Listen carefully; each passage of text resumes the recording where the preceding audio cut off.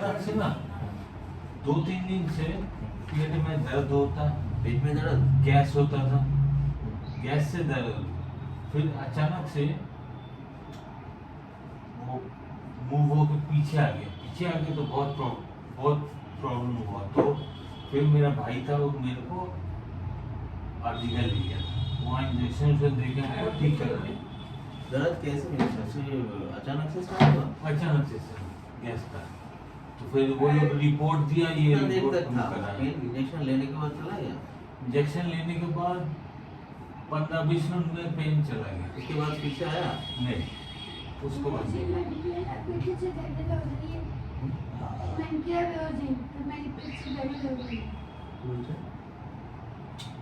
बोल तो दिया इनको। नहीं वो बोले तो फिर बाद से भी आई सी दर्द तनु 2-3 दिन बाद फिर भी ये पेन रिपीट हुआ?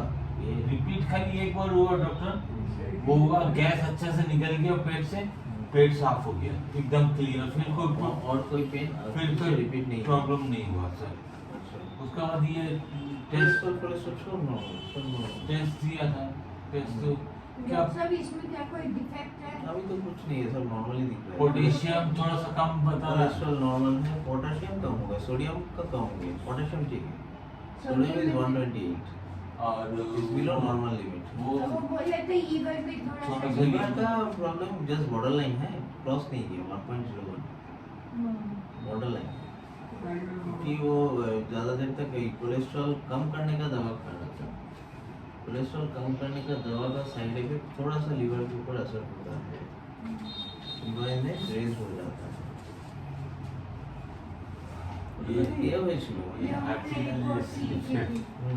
मेडिकल वाला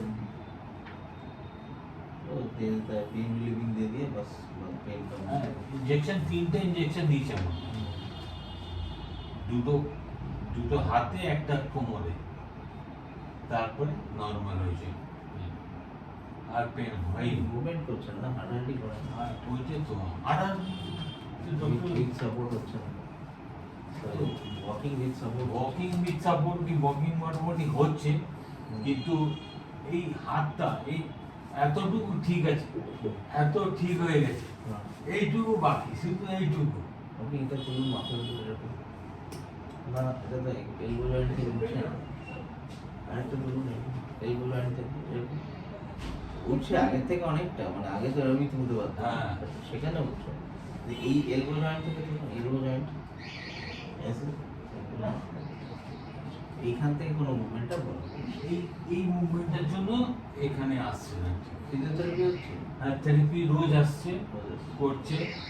আর স্যার থেরাপি আমাকে যে করছে আমাকে জিজ্ঞেস করেছে, আপনাকে জিজ্ঞেস করতে বললো টেন্স দেবে কি? হ্যাঁ টেন্স দিতে হবে, টেন্স 15 দিনের বেশি যেন না দেয়, 15 দিন দিয়ে রেজাল্টস দেখতে হবে, যদি ইমপ্রুভমেন্ট হয় ওই দিনেই হবে, নাহলে আর হবে না, মানে টেন্স দিয়ে কোনো লাভ হবে না। ঠিক আছে, টেন্সের একটা ফিক্স শিডিউল থাকে, টেন্সের শিডিউল থাকে, ইউএসটি শিডিউল থাকে, আলট্রাসাউন্ড থেরাপি, এই দুটো থেরাপি হবে। যদি এটাতে রিয়াক্ট করে তো কয়েকদিনের মধ্যেই করবে, যদি না করে কন্টিনিউয়াস টেন্স দিয়ে গেলে ও বলবে আমার দিতে হবে করে প্রলং করবে, কোনো দরকার হয় না। টেন্স হচ্ছে একটা ভাইব্রেটর মেশিন টাইপের মতো নিয়ে আসবে, ওগুলো দেখবে ওইগুলো দিয়ে টেলিফোনে মানে যেমন মাসাজিং হয় ভাইব্রেট। অ্যাকচুয়ালি স্যার বলছে কেন এই মাসেলটা না প্রচুর জাম হয়, মানে প্রচুর জাম আছে স্যার, ওইটাই আর কি, এটা তুল রিল্যাক্স করা, হ্যাঁ রিল্যাক্স করা। এই মাসেলটা প্রচুর জাম আছে, যার জন্য হাতটা তুলতে কষ্ট হয়। কিন্তু আপনাকে এরপরে আপনি অনেকটা করেছেন, আর একটু করতে হবে। আর কোনো কাজে ফিরেছে, কোনো কাজ করছে? কাজ কাজ তো এখনো বুঝতে পারছি না। অনলাইন কিছু করবো না আমার মাথা অনলাইন নষ্ট सब हाथ ही नहीं चलता है तो काम कहाँ से करेंगे? অনলাइन কাজ আমার মুভমেন্ট তো হাত দিয়ে, হাতে তো राइट করতে हैंड ही तो मेन है।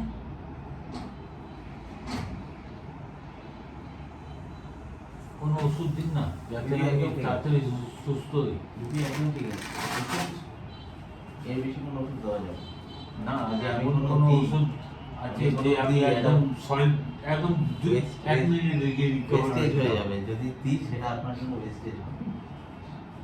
যেটুকুনি দরকার সেটুকুনি দিতেই হবে, দেবো। আপনি না বললেও দেবো, বললেও দেবো। ওরকম ম্যাজিক্যাল কোনো মেডিসিনস যদি থাকতো তাহলে আমাদের যে সায়েন্টিস্ট সারাটা না, জীবন আমি শুনেছি ডক্টর হ্যাঁ, যে একটা ইনজেকশন দিয়ে হুইল চেয়ারে বসে কাটিয়ে ইনজেকশন দিয়ে ঠিক করে ওই এগুলো। সায়েন্টিস্টের নামটা আমার মাথায় এখন আসছে না। He has made several inventions, কিন্তু সে এমন কোনো ওষুধ ইনভেন্ট করতে পারেনি যেটা দিয়ে বোন প্যারালাইসিস ঠিক করবে। তাও তো আপনার ভালো কি আপনি you can take your own responsibility. ওনাকে তো কাউকে ঠেলে দিতে হবে। He was totally assisted life. ওনাকে টয়লেটও করাতে হতো, একটু খাইয়ে দিতে হতো, but his brain was working.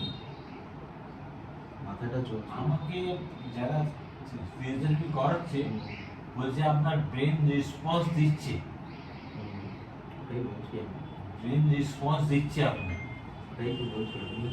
You do one thing, I can give you suggestion. এই এখনকার দিনে যেটা চলছে আমি আপনাকে বলবো, এখনকার দিনে যেটা চলছে সেটা হচ্ছে the world is surrounded by reels. হোয়াটসঅ্যাপে, ফেসবুকে, এটা হতে পারে যে কোনো সোশ্যাল সাইটসে you share your experience, how you survive the stroke. ঠিক আছে, ইউ শেয়ার ইউর এক্সপিরিয়েন্স। আপনি কী করে একটা মেজর স্ট্রোক হয়ে যাওয়ার পর you share all the reports also, you have all the documents, how life can be regained after a stroke. You start your own YouTube channel. এটাই বলছি আর কি। ওটাতে হাত লাগে না, ভালো লাগে, but you can speak, that is enough. আর যদি কথা না বলতে পারতেন তাহলে আমি বলতাম don't do it. You have this power, power of tongue, ওটাকে ইউটিলাইজ করুন। ঠিক আছে, তো ওটাকে আমি এটা আপনার জন্য আমি অ্যাজ অফ নাও আমি মনে করছি যে এটা ঠিক হবে। কিন্তু ডক্টর এমন কোনো ইনজেকশনও নেই হ্যাঁ, যে আমাকে ঠিক করে দেবে। এখনকার আমি বলছি তো আপনাকে, এক্সাম্পল দিলাম তো। আপনি এই উইল পাওয়ারে অনেকটা এসছেন, আপনি যে কন্ডিশনে ছিলেন, আমি এরকম চাইছি না তো। আপনি যে কন্ডিশনে ছিলেন অনেকটা ভালো হয়েছে। ঠিক আছে, আমি পুরো ভালো হতে চাইছি, ফুল। আমি জানি আপনার উইল পাওয়ার অনেক বেশি, কিন্তু যেটা আপনি চাইছেন সেটা এই মুহূর্তে সম্ভব না। সামনে আমার মেয়ের বিয়ে, আমাকে ডান্স করতে হবে মেয়ের বিয়েতে। সেটা তো আপনি খুবই ভালো, you have that inspiration in you. Doctor साहब अब भी आप दवाई दे रहे हैं, जो पहले उनको खत्म करें, हाँ खत्म कर। उनको खत्म करके फिर इसको चालू करें।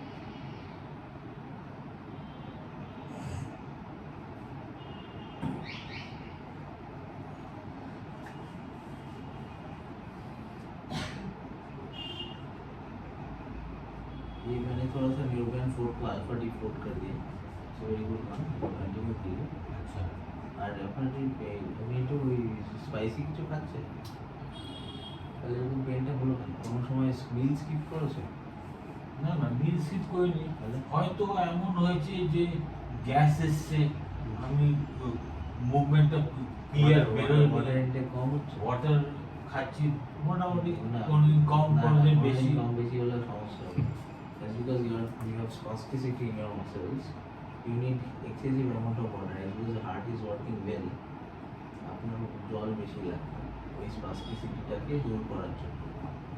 আপনি অ্যাটলিস্ট 5, আপনার যে হাইট আছে, আপনার যে ওয়েট আছে, তার জন্য minimum 4 to 5 litre water per 4 litre তো খাই আর এক্সেস হয়ে যায়, 5-এর কাছাকাছি চলে যায়।